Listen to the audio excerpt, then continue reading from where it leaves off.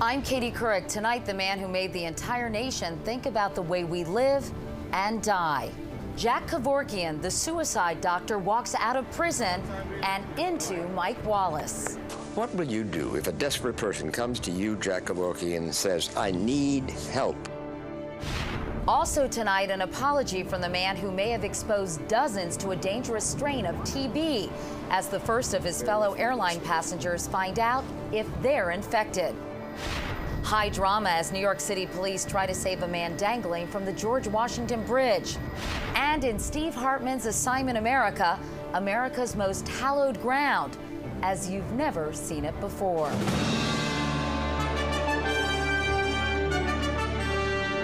This is the CBS Evening News with Katie Couric reporting tonight from Washington.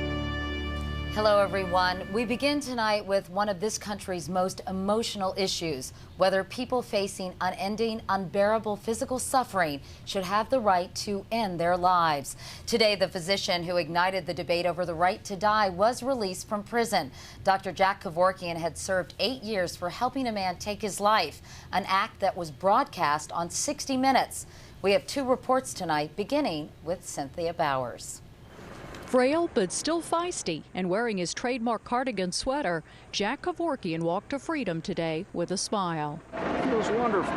He was known as Dr. Death, and he made house calls with his homemade suicide machine, saying he was on a mission to help people who wanted to end their lives. And for the better part of a decade, he got away with it, by his own count, more than 100 times. Are you sure you want to go ahead now?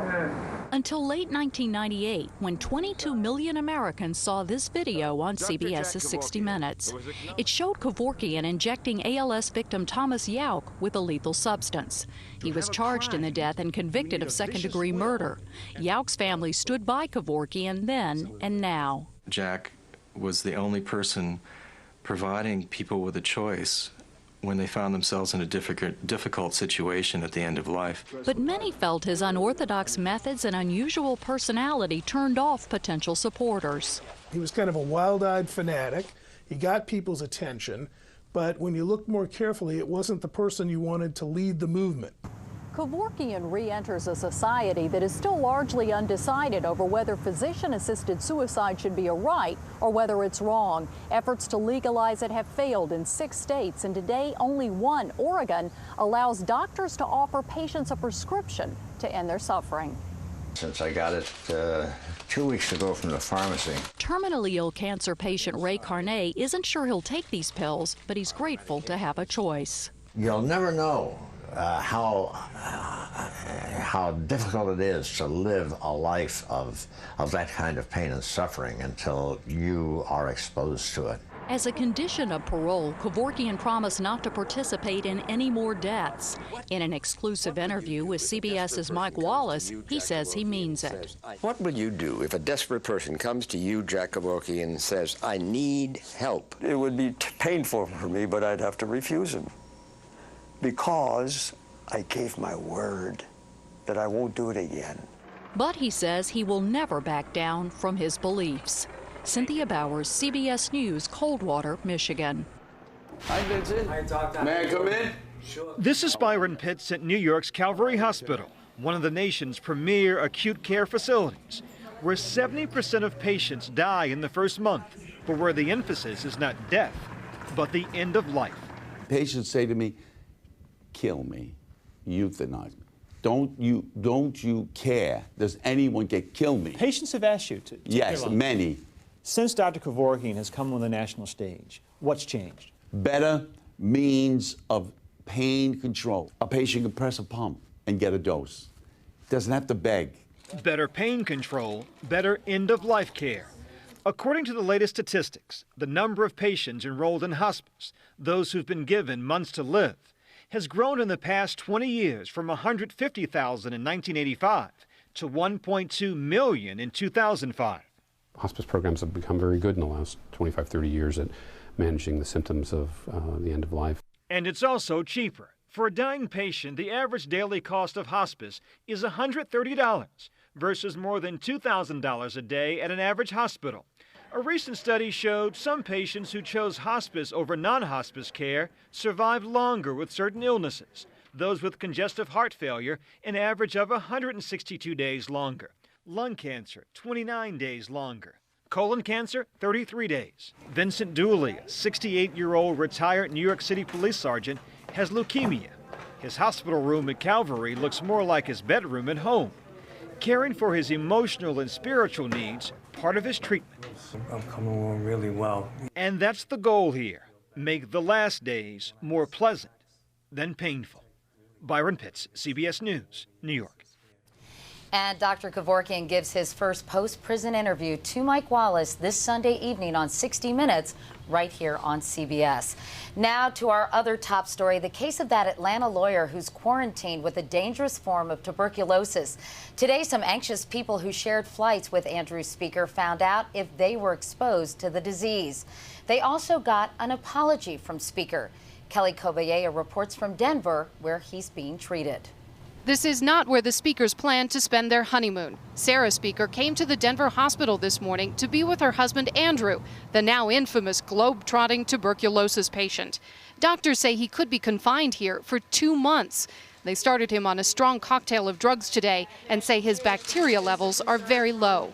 This is all extremely good news for anyone who might be concerned about having acquired this riding in a plane. In an interview for ABC's Good Morning America, Speaker said in hindsight, flying back across the Atlantic knowing he had the most dangerous strain of TB may not have been the best decision. He apologized and asked for forgiveness from the passengers now being tested for TB. I just hope they understand that I truly never meant to put them in harm. I never meant to hurt their families or them. In the middle of the circles where I got a shot. Jason Vick is one of those people. His TB test came back today. No signs of bacteria in his system. Though he must be tested again in 2 months, it's a relief. So was hearing Speaker say he's sorry. I'm very impressed with him. I'm glad he came out and apologized. That change of heart is hardly universal. In the online world, page after page is filled with attacks on the Atlanta lawyer, calling him selfish and demanding he be disbarred. No comment. Nope. Speaker's father is defending his son. The family says they have an audio tape of one of those first conversations with health officials, which will prove that Speaker was never told to cancel his Greek wedding and stay in the country. It appears that Speaker's father-in-law, the CDC microbiologist, was more involved in the case than first thought. The CDC says he may have prepared one of Speaker's lab tests, and he helped the agency track down the couple while on their honeymoon in Rome. Kelly Kobayea, CBS News, Denver. And there's another health alert tonight. The federal government is warning consumers not to use toothpaste imported from China. It may contain a poisonous chemical used in antifreeze. The FDA says check your toothpaste label. If it says made in China, then toss it. Now turning to Iraq and a tragic error there. CBS News has learned an American tank crew in Anbar province killed 3 children after mistaking them for insurgents. Meanwhile, in Baghdad's Amaraya district, Sunni Muslims are apparently fed up with al-Qaeda's brutality. Civilians this week joined the Iraqi government troops who are battling al-Qaeda fighters there.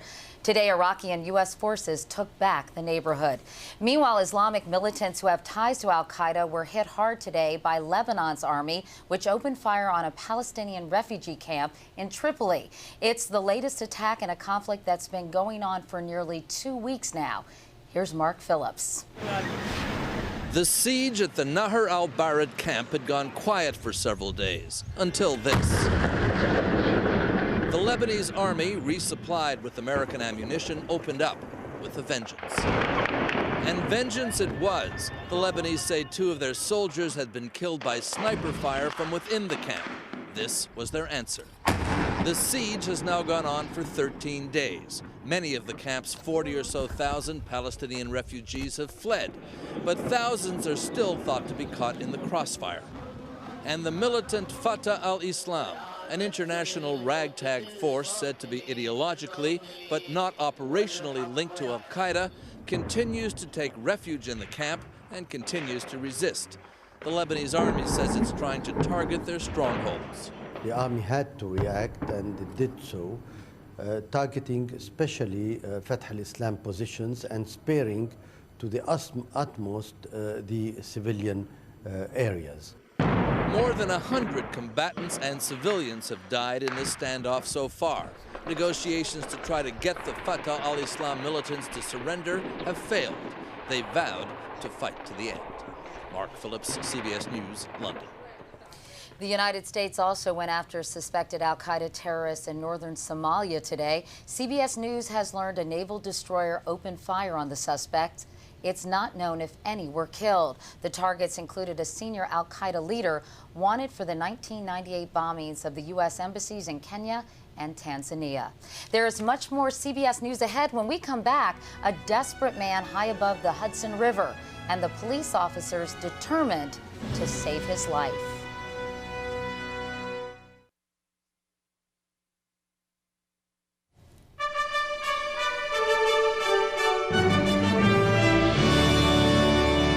Well, it's the 1st of June, the first day of hurricane season, and right on schedule, Tropical Storm Barry is bearing down on the Gulf Coast of Florida. Top winds are 45 miles an hour. Forecasters do not expect it to become a hurricane as it crosses Florida and heads up the eastern seaboard, but it should dump several inches of rain on drought-stricken parts of Florida and Georgia. Meanwhile, much of New York City was paralyzed by gridlock this morning. It wasn't a flipped-over tractor-trailer this time, but a life-and-death struggle 50 stories above the Hudson River. Here's Michelle Miller. At the height of morning rush hour on one of New York City's main routes into Manhattan, tens of thousands of drivers sat frozen in traffic. Like a parking lot out here. Authorities had shut down the famous George Washington Bridge. One man had climbed the cables 500 feet above the Hudson River, putting rescuers and commuters below in danger. The nightmare stretched for miles. Cars became couches. Commuters stalled for 2 hours or more as a dozen emergency workers inched along the suspension cable in an effort to rescue him. Our main goal was to isolate and contain him and get him in conversation and find out exactly what his problem was. But they never did find out why he was up there. When they spoke to him, he said, "Don't worry about it, get down away from me." The man held crews at bay with a box cutter. When he finally dropped it, rescuers moved in. He was taken to a hospital for evaluation. If this guy wanted attention, he certainly got it. A troubled man who put the lives of everyone around him in jeopardy. Michelle Miller, CBS News, New York. We have an update now on that bizarre Dutch reality show offering a kidney as first prize. Well, it turns out it was a hoax. The show did air tonight, but just as the winner was to be announced, the host came clean. The woman who was supposed to donate the kidney was really an actress, and the three so-called contestants apparently do need kidneys, but were in on the hoax. The host said he did it to dramatize the need for organ donors. Coming up next, the city that won't take nay for an answer. I will not yield, sir. The District of Columbia has spent 206 years yielding to people who would...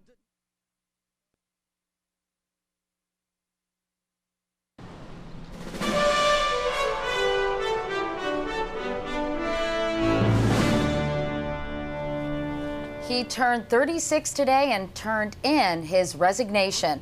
The president's longest-serving aide, Dan Bartlett, announced he's stepping down as White House counselor.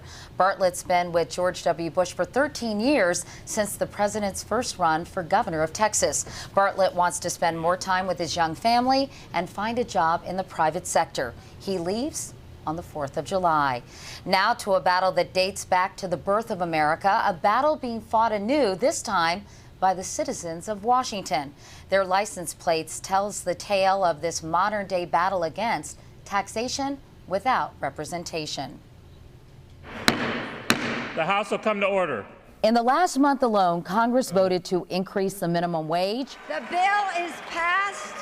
Pass ethics and lobbying reform. The bill is passed. And approve a multi-billion-dollar spending bill for the war in Iraq. On this vote, the ayes are 280 and the nays are 142.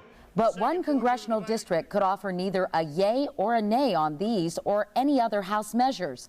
The District of Columbia, because it has no voting rights in Congress. It really is almost on the verge of hypocritical for us to call ourselves the world's greatest democracy, but not give district residents an opportunity to have representation. Instead, D.C. has a delegate, Congresswoman Eleanor Holmes Norton.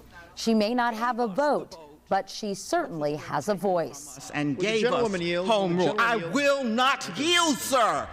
The District of Columbia has spent 206 years yielding.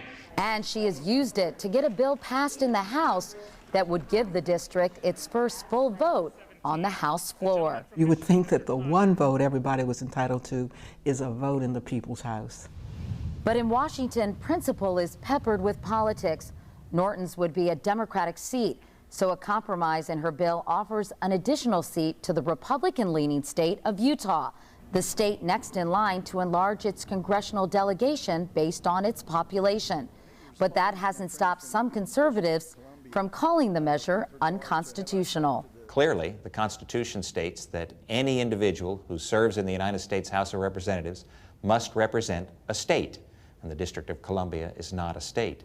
Residents here used to have their votes counted in either Maryland or Virginia, but once the federal government took over the city back in 1801, they no longer had a vote, leaving historians to wonder if the Founding Fathers actually intended to deny representation in Congress to the people who live in D.C. I think they just saw it as business as usual. If you were on the Maryland side of the Potomac River in the federal district, you were considered part of Maryland. Arguably, the country's balance of power won't change. Norton's bill doesn't provide for a district seat in the Senate. And it's the Senate that must still approve the bill, which President Bush has threatened to veto. But that hasn't dampened D.C.'s hopes. Everyone is always saying, well, write your congressman if you, well, I don't really have one. That it will one day have both taxation and representation. And coming up next, we'll take you just across the Potomac to the place where valor proudly rests.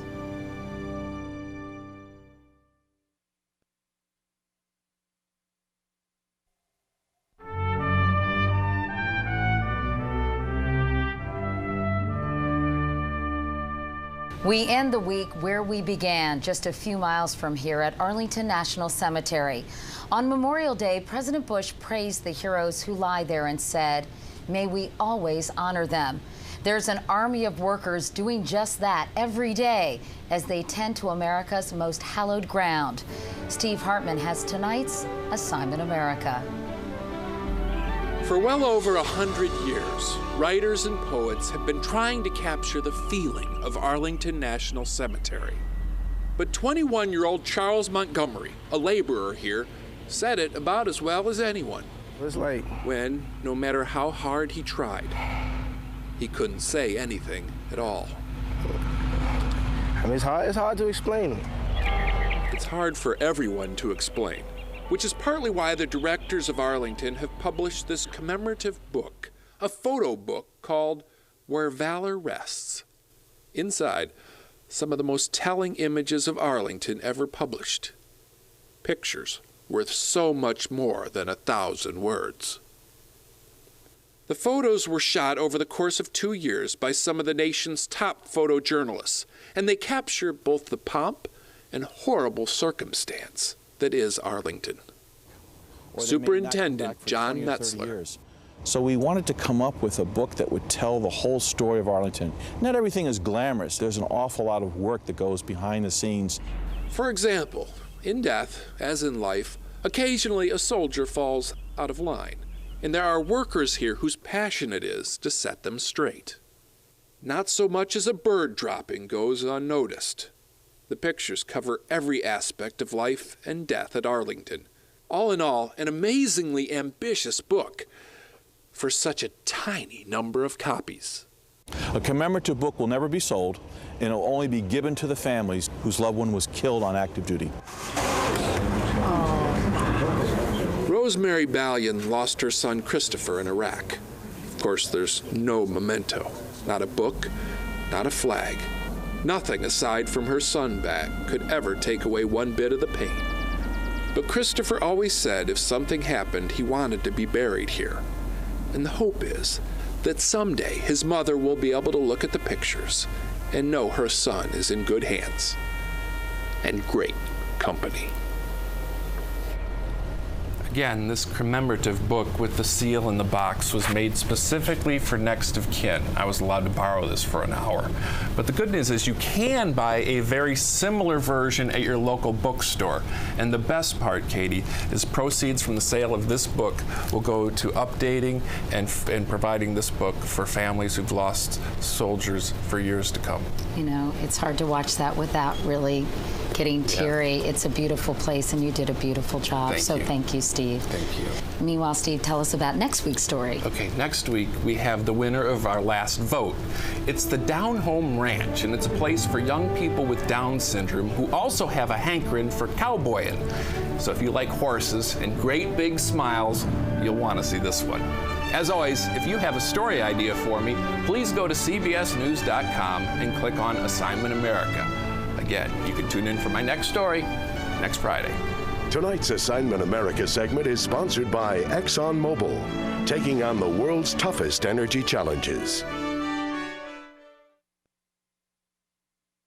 And that's the CBS Evening News for tonight, with thanks to the Jones Day Law Firm for this window on the Capitol. I'm Katie Couric in Washington. Thanks for joining us this week. I'll see you Monday from New York. Good night.